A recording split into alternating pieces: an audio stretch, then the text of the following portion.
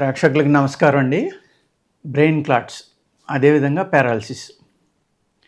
సాయంత్రం పడుకునేటప్పుడు హ్యాపీగా పడుకుంటున్నారు. మగవాళ్ళని ఆడవాళ్ళని కాదు, ఉదయం లేవగానే హ్యాపీగానే లెగుస్తున్నారండి. ఈవెన్ 18 ఇయర్స్, 22, 28, 30, 35లో కూడా వాకింగ్ చేస్తా సడన్గా ఏదో గుండెల్లో గుచ్చినట్టుందనో ఇంకోటి అనుకోవడం, అక్కడే కొలాప్స్ అయిపోవడం, లేకపోతే ఉదయం లేచాక ఇంట్లో కార్యక్రమాలు చేసుకుంటూ ఉండగా సడన్గా బ్రెయిన్లో క్లాట్ ఈ విధంగా రావడం, పారాలసిస్ రావడం, పడిపోవడం ఇలా జరుగుతుందండి. ఎందుకు జరుగుతుంది ఇలా అంటే ఈ కేసెస్ అనేవి కరోనా వచ్చిన తర్వాత బాగా ఎక్కువైపోయినాయండి. అంత క్రితం ఎలా ఉండేదంటే ఏదైనా పారాలసిస్ వచ్చినా, లేకపోతే హార్ట్ స్ట్రోక్ వచ్చినా, బ్లాక్లు కానీ క్లాట్లు కానీ ఉండడం వల్ల వాళ్ళని ఎమర్జెన్సీలో జాయిన్ చేయటం, వాలేయటం, లేకపోతే స్టంట్ వేయటం, ఇలాగ అనేక రకాలన్నమాట ట్రీట్మెంట్ చేసేవారు. ఫేస్ మేకర్ అని మనిషిని కోల్పోవడం అనేది జరిగేది కదండి, అంటే చనిపోయేవారు కాదు. కానీ ఇప్పుడు ఈ కరోనా వచ్చి వెళ్ళిన తర్వాత ఏమవుతుందంటే ఎవరైనా కొలాప్స్ అయితే బతకడం అనేది చాలా కష్టమైపోతుందండి. నేను అనేక వీడియోల్లో చెప్పాను ఈ విషయం. పూర్వం 80% సర్వైవల్ ఉంటే 80% ఇప్పుడు చనిపోవడం జరుగుతుంది. ఎందుకు జరుగుతుంది ఇలాగ అంటే ఈ కరోనా వచ్చి వెళ్ళిన తర్వాత మన లంగ్స్ యొక్క కెపాసిటీ బాగా తగ్గిపోయిందండి. మనం ఏమనుకుంటున్నామంటే కరోనా వచ్చింది వెళ్ళిపోయింది, నాకు రాలేదు, లేకపోతే నాకు వచ్చింది ఇలా అనుకుంటున్నాం. నేను అనుకునేది ఏంటంటే ఆల్మోస్ట్ అందరినీ ఏదో ఒక రూపంలో, అంటే అది మ్యుటేషన్ జరిగిపోయింది, అది అనేక రకాలుగా మారిపోయిందని డాక్టర్లే చెప్తున్నారు. కాబట్టి ఒక ఫీవర్ గాను, లేకపోతే ఒక వైరస్ గాను, ఇంకోటో వైరల్ ఫీవర్ అని, వైరల్ కాఫ్ అని, ఇలాగ అనేక రకాల రూపాల్లో మనిషిని పట్టుకుని ఈ లంగ్స్ అనేది వీక్ చేయడం జరిగిందండి. దానివల్ల ఏమవుతుందంటే లంగ్స్ ఎప్పుడైతే వీక్ అయినాయో మీకు ఆటోమేటిక్గా రక్తం చిక్కబడిపోతుందండి. ఈ రక్తం చిక్కబడిపోయినప్పుడు మనం ఏం చేసుకోవాలి అంటే రక్తం పలచనయ్యే మందులు ఏమైనా వాడుకోవాలండి. అదేవిధంగా ఈ పారాలసిస్ స్ట్రోక్ ఎప్పుడైతే వచ్చిందో మీకు ఇమీడియట్గా ఆ మనిషిని చీకటి రూమ్లో పెట్టడం.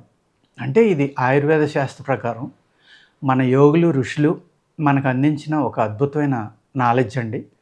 పూర్వం ఏం చేసేవారంటే వెంటనే చీకటి రూమ్లో పెట్టడం. ఇప్పుడంటే ఫ్యాన్లు ఇవన్నీ వచ్చినాయి కాబట్టి అన్నీ ఉన్నాయి. పూర్వం ఏదైనా విసినకర్రలు లాంటివి ఉండేవి, అలా విసరటం కానీ ఏమీ చేయకూడదు, గాలి తగలకూడదు, వెలుతురు కూడా తగలకూడదు అని ఏం చేసేవారంటేనండి ఒక జాజికాయని ముక్కలు చేసి 4 ముక్కలు ఎన్నో గొంతుకులో దిగిపోకుండా బొగ్గన పెట్టుకోమనివ్వరు. ఆ వచ్చిన కస మింగుతా 21 జాజికాయలు పట్టుదారంతో గుచ్చి వాటిని దండగానే మెళ్ళ వేసి, ఏ పక్కనైతే మీకు పారాలసిస్ రావడం వల్ల చెయ్య కాలు పడిపోవడం కానీ, మొహం వంకర పోవడం కానీ, మాట రాకపోవడం ఇలా జరుగుతుందో ఆ పక్క అంతా ఇమీడియట్గా ఆవాల నూనె అనేది మద్దన చేసేవారండి. ఆవ నూనె లక్షణం ఏంటి? విపరీతమైన వేడి చేస్తుంది. ఆ మద్దన చేసేటప్పుడు కూడా మీరు ఒకే డైరెక్షన్లో పైనుంచి కిందకి చేయాలన్నమాట. చెయ్యి కానీ కాలు కానీ ఒకే డైరెక్షన్లో చేయాలి. 2 పక్కలకే పామకూడదు ఎప్పుడు కూడా. చేయడం వల్ల ఏమవుతుందంటే ఆ హీట్ ఎక్కువ వచ్చి వాళ్ళు మంటగా ఉంది అని అన్నారు అంటే స్పర్శ మళ్ళీ వచ్చినట్లు లెక్క. అప్పుడు ఏం చేయాలంటే మీరు పామటం తగ్గించి దాన్ని ఏదైనా ఒకసారి మెత్తటి క్లాత్ తోటి ఆవ నూనె అనేది పైన ఉన్న తుడిచేస్తే మంచిదండి.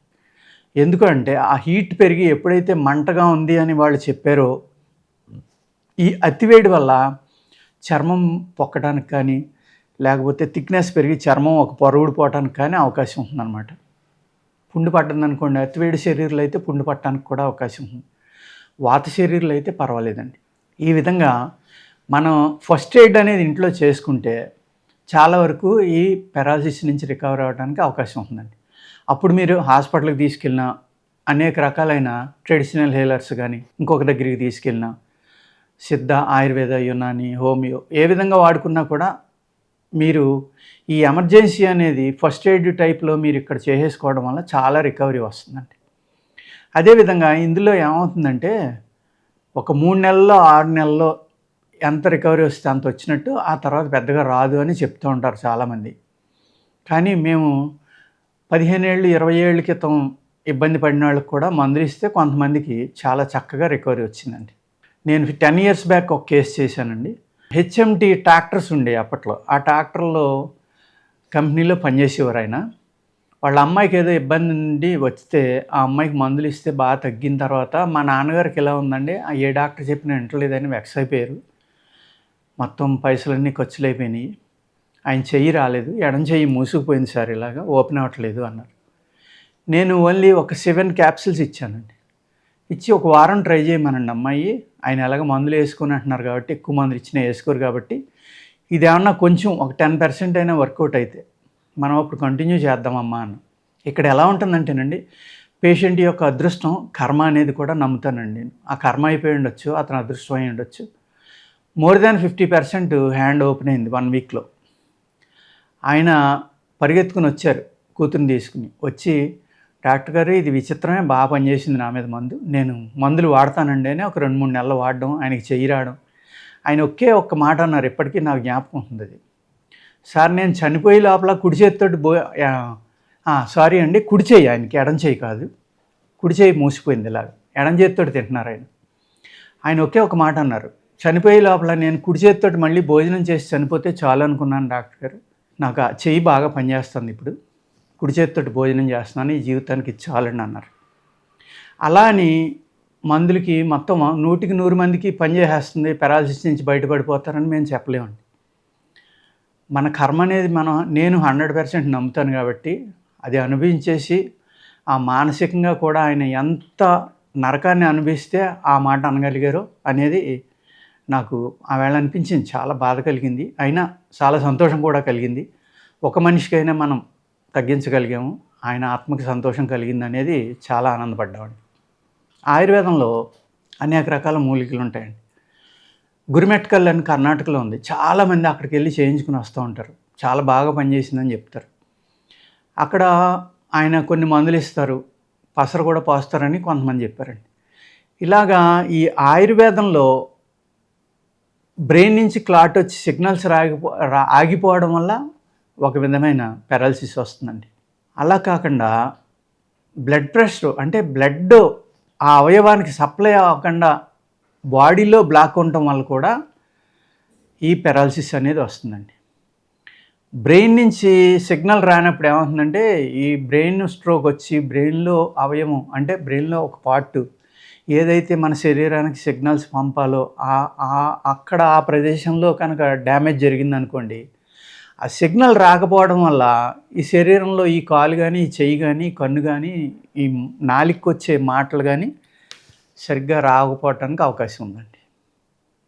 కానీ అతని అవయవాలు సన్నబడడం కానీ, చల్లగా ఉండడం కానీ ఇలా ఏమి ఉండవు. మనం ఫిజికల్గా మనం ఎలా ఉన్నామో, ఆరోగ్యంగా ఉన్న రైట్ సైడ్ కానీ లెఫ్ట్ సైడ్ ఎలా ఉందో, రెండో పక్క కూడా సేమ్ అంతే హెల్తీగా, అదే హీట్ తోటి, అదే బీపీ తోటి అన్నీ చక్కగా ఉంటాయండి. కానీ పనిచేయదు. ఎందుకు పని చేయట్లేదు? బ్రెయిన్ నుంచి సిగ్నల్ రావట్లా, డ్యామేజ్ అయింది కదండి. దానివల్ల ఇంకొక రకం ఏమవుతుందంటే, వాతం అతిగా ఉండటం వల్ల, వాతం అంటే గాలి వ్యాధి అంటారు, ఇది గాలి తగిలింది పడిపోయాడు అని చెప్తూ ఉంటారు పల్లెటూరులో. వాతం అంటే ఏంటి? గాలి ద్వారానే వెళ్తుందండి. అతి వాతం వల్ల ఒక పక్క బ్లడ్ సప్లై ఆగిపోయి పడిపోవడం అనేది జరుగుతుందండి. అప్పుడు ఏమవుతుందంటే, వాళ్ళ యొక్క కాలు కానీ చెయ్యి కానీ వీక్ అవ్వడం మొదలు పెడతాయి. అంటే మజిల్ లాసు, సన్నబడడం, చల్లగా ఉండటం, ఇవన్నీ జరుగుతాయి అన్నమాట. ఇక్కడ ట్రీట్మెంట్ ఏ విధంగా చేయాలి అంటే, మళ్ళీ ఆ చల్లబడిన దాన్ని వేడి అయ్యేలాగా చేసి, ఏ సిస్టంలోకి, అంటే ఈ నర్వస్ సిస్టంలోకి బ్లడ్ ఫ్లో అవ్వట్లేదు అక్కడికి బ్లడ్ ఫ్లో అయ్యేలాగా మనం చేయగలిగితేనండి రికవరీ వచ్చేస్తుంది అక్కడ. ఆ విధంగా చేయడానికి ఆయుర్వేదంలో అనేక రకాలైన మెడిసిన్స్ ఉన్నాయన్నమాట. ఇలాగా పెరాలసిస్లో అనేక రకాలు ఉంటాయండి. అంటే బ్రెయిన్ క్లాట్ వల్ల వచ్చాయి, బ్లాకేజ్ వల్ల వచ్చాయి, అతి వాతం వల్ల కూడా వచ్చాయి. ఈ పెరాలసిస్ నుంచి బయటపడాలంటే మెయిన్ ఏంటంటే, మీరు గాలి తగలని ప్రదేశంలో ఉంచడం పేషెంట్ని ఒక 20 రోజులు కానీ, నెల కానీ.